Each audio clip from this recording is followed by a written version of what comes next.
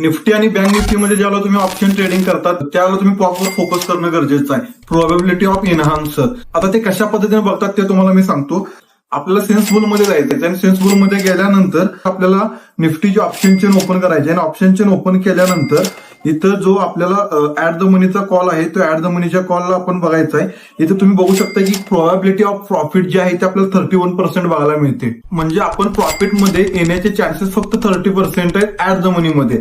आणि आपण एखादा ऑप्शन एखादी स्ट्राईक प्राइस आपल्याला स्वस्त मिळते म्हणून आउट ऑफ द मनी घेतो तर त्याची पण आपल्याला प्रोबॅबिलिटी ऑफ प्रॉफिटचा जो काही सक्सेस रेशो आहे तो आपल्याला बघायचा आहे. तर इथं आपण आउट ऑफ द मनीमध्ये 20-25 रुपयाचा एखादा ऑप्शन आपण सिलेक्ट करतो तर इथं आपण जर बघितलं फक्त प्रोबॅबिलिटी ऑफ प्रॉफिट आपल्याला 10% बघायला मिळतोय.